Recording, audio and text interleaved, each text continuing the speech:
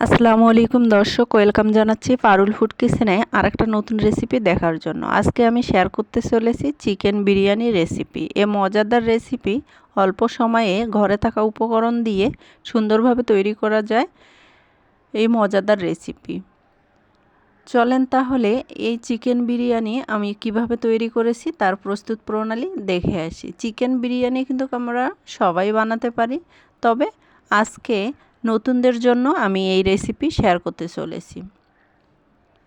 প্রথমে আমি এখানে আমার যে টক দই লাগবে, বাজার থেকে টক দই না কিনে আপনারা হাতে এভাবে তৈরি করতে পারেন। আমি এখানে গুঁড়া দুধ নিয়েছি, গুঁড়া দুধে এখন লেবুর রস অ্যাড করে দিচ্ছি 1 চামচের মতো, দিয়ে এটাকে মিক্সড করে আমি টক দই তৈরি করে নিব।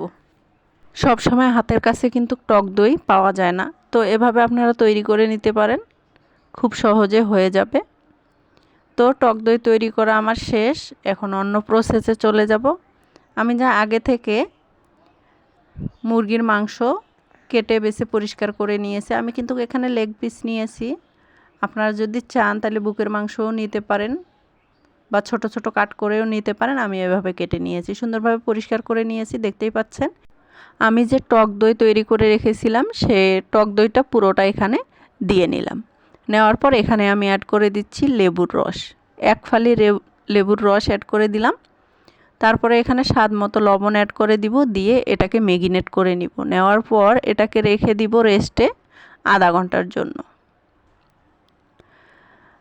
এটাকে রেস্টে আধা ঘন্টা রেখে দেওয়ার চেষ্টা করবেন, তাহলে মাংসটা খেতে বেশি ভালো লাগবে।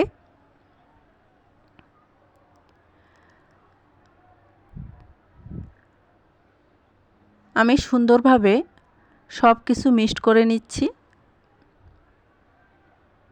মুরগির মাংসের সাথে। এখন এটাকে রেস্টে রেখে দিব। এখন অন্য প্রসেসে চলে যাব।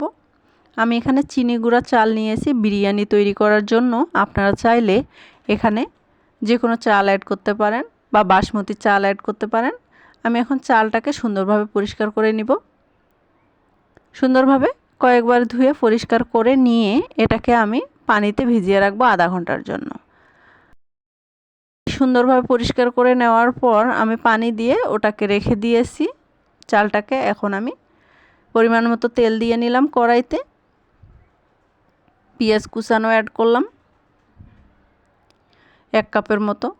তারপরে গোটা মশলা দিয়ে এটাকে ভালোভাবে কষিয়ে নিচ্ছি।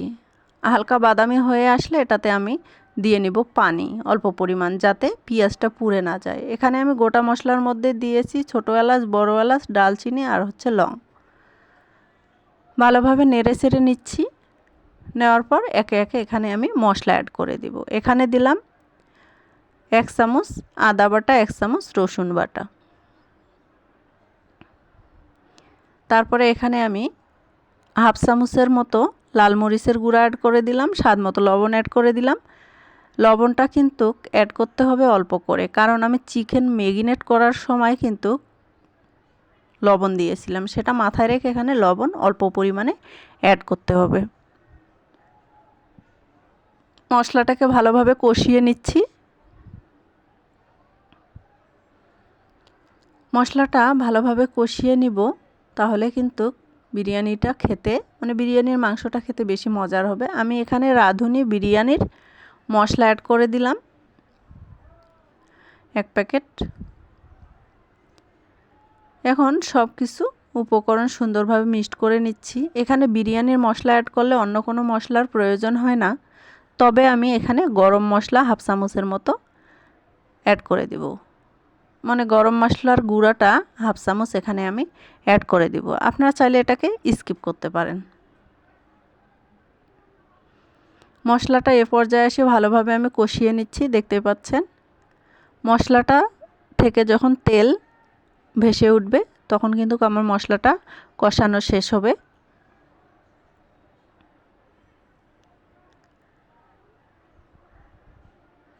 আমার কিন্তু মশলাটা কষিয়ে নেওয়া শেষ। এখন আমি চিকেনটা যে ম্যারিনেট করে রেখেছিলাম সেটা এখানে অ্যাড করে দিচ্ছি।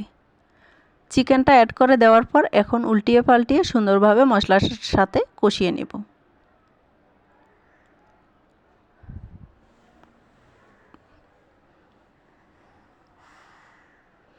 মশলাটার সাথে চিকেনটা সুন্দরভাবে কষিয়ে নিচ্ছি।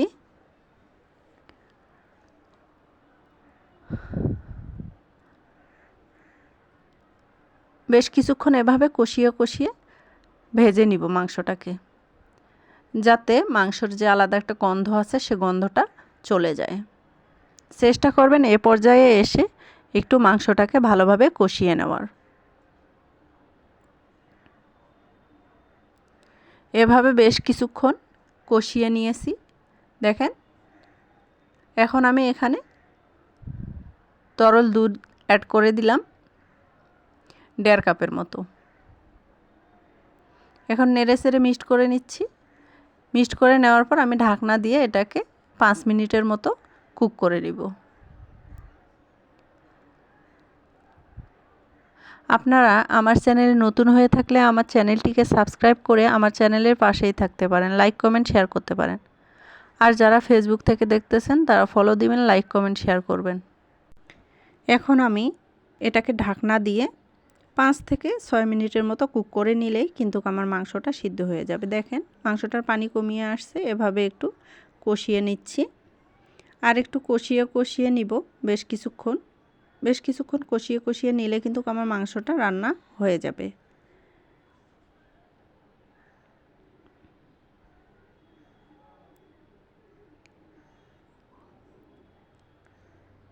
আমি এভাবে বেশ কিছুক্ষণ কষিয়ে নিয়েছি। দেখেন, আমার কিন্তু মাংসটা রান্না হয়ে গেছে। আমি এখন অন্য প্রসেসে চলে গেলাম।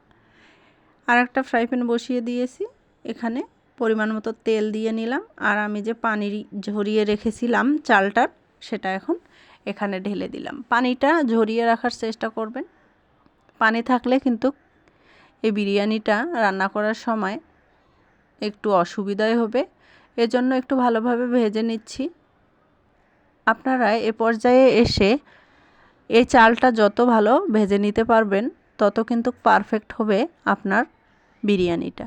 আর আপনার বিরিয়ানি রান্না করলে বিরিয়ানির চালটা একটু ভিজিয়ে রাখার চেষ্টা করবেন, আধা ঘন্টা 1 ঘন্টার মতো, তাহলে কিন্তু বিরিয়ানিটা সফট হবে। বিরিয়ানির চালটা কিন্তু অনেক সময় আপনার খেতে ভালো লাগে না, চচ্চড়া কীরকম একটা হয়। তো যদি আপনারা ভিজিয়ে রাখেন চালটা তাহলে কিন্তু খেতে ভালো লাগে। আমি কিন্তু কষিয়ে নেওয়ার পর এটা এখন গরম পানি অ্যাড করে দিয়েছি, স্বাদ মতো লবণ, একটু আদা বাটা অ্যাড করে দিয়েছি। এখন নেড়ে চেড়ে নিচ্ছি।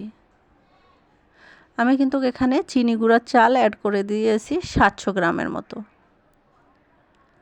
একটা বাটিতে করে চালটা মেপে নেবেন, তাহলে কিন্তু পানিটা দিতে ভালো হবে। আমি যে বাটিতে মেপে নিয়েছিলাম ওই বাটির 2 বাটি এখানে পানি অ্যাড করে দিছি। অবশ্যই গরম পানি অ্যাড করার চেষ্টা করবেন। আমি একটু লেবুর রস দিয়ে দিলাম, তারপরে ঢাকনা দিয়ে এটাকে 5 মিনিট কুক করে নিয়েছি। দেখেন কি সুন্দর ঝরঝরে তৈরি হয়ে গেছে আমার রাইসটা, এবং দেখতে কি সুন্দর, মাশাআল্লাহ, কালারটা কিন্তু একবারে ধপধপে সাদা হয়েছে, তাই না বন্ধুরা? এখন নেড়ে চেড়ে উল্টিয়ে নিচ্ছি। নেওয়ার পর আমি আগে থেকে যে চিকেনটা তৈরি করে রেখেছিলাম সে চিকেনটা এখানে ঢেলে দিব। দেখেন চিকেনের কালারটা কিন্তু মাশাআল্লাহ দারুণ এসেছে, তাই না বন্ধুরা? এখন চিকেনটা এখানে ঢেলে দিয়ে আমি মিক্সড করে নিব। রাইসটার সাথে সুন্দরভাবে চিকেনটাকে মিক্সড করে নিব। উল্টিয়ে পাল্টিয়ে একটু ভালোভাবে মিক্সড করে নেওয়ার চেষ্টা করবেন। এভাবে উল্টিয়ে পাল্টিয়ে মিক্সড করে নেওয়ার পর আমি কিন্তু এটাকে ঢাকনা দিয়ে রেখে দিব। অল্প আছে এটাকে রেখে দিব। এ পর্যায়ে এসে আপনারা গোলাপ জল, কেওড়া জল অ্যাড করতে পারেন। আমার এই ফ্লেভারগুলো ভালো লাগে না, এজন্য আমি এ পর্যায়ে এসে অ্যাড করিনি। এগুলো না অ্যাড করলেও চলবে, কিন্তু ঘিটা অবশ্যই অ্যাড করতে হবে। ঘিয়ের ফ্লেভারটা কিন্তু এ পর্যায়ে এসে দারুণ লাগে। তো আমি এখানে 2 চা চামচ ঘি অ্যাড করে দিলাম। ঘি অ্যাড করে দেওয়ার পর আমি এটাকে ঢাকনা দিয়ে রেস্টে রেখে দিব 10 মিনিটের মতো। চুলার জালটা কিন্তু একবারে লোয়ে রেখে এটাকে 10 মিনিট আমি এভাবে রেখে দেব।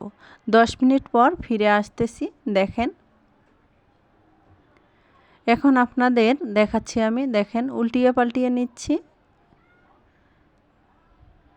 দুর্দান্ত হয়েছে, তাই না বন্ধুরা? আমার এই সিম্পল রেসিপিগুলো যদি আপনাদের ভালো লেগে থাকে তাহলে লাইক কমেন্ট শেয়ার করে আমার চ্যানেলের সাথেই থাকতে পারেন। এখন আপনাদের পরিবেশন করে দেখাচ্ছি, দেখেন। বন্ধুরা প্লিজ, আপনারা কিন্তু অনেকে ভিডিও দেখেন লাইক দেন না, একটা লাইক দিবেন প্লিজ। আপনাদের আমি পরিবেশন করে দেখাচ্ছি, দেখেন কতটা লোভনীয় এবং ঝরঝরে হয়েছে আমার চিকেন বিরিয়ানিটা, তাই না বন্ধুরা? আপনারা কমেন্টে জানাতে পারেন যে আমার চিকেন বিরিয়ানিটা কীরকম হয়েছে।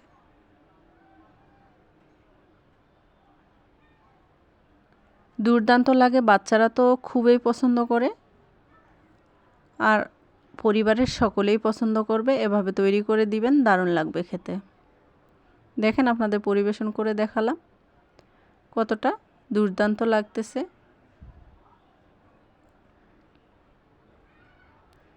ভালো থাকবেন, সুস্থ থাকবেন, আমার জন্য দোয়া করবেন। আর একটা নতুন রেসিপি নিয়ে আমি আপনাদের সামনে আসব ইনশাআল্লাহ। এ পর্যন্ত আপনারা আপনাদের পরিবার নিয়ে ভালো থাকবেন।